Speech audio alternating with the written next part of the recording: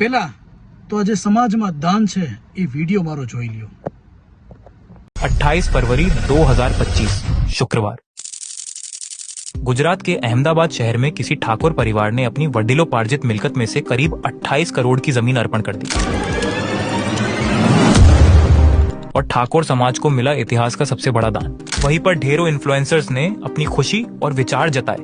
Even Ahmedabad के बहुत सारे न्यूज पेजेस ने इस खबर को अपने सोशल मीडिया पर शेयर किया, जिसको करीब 20 लाख से भी ज्यादा लोगों ने देखा और 5000 से भी ज्यादा लोगों ने कमेंट किया। लेकिन अब हर किसी के मन में एक ही सवाल कि अब आगे क्या।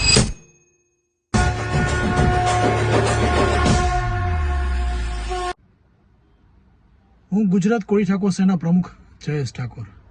સમાજમાં હવે શિક્ષણને લઈને તમામ આગેવાનો દોડી રહ્યા છે।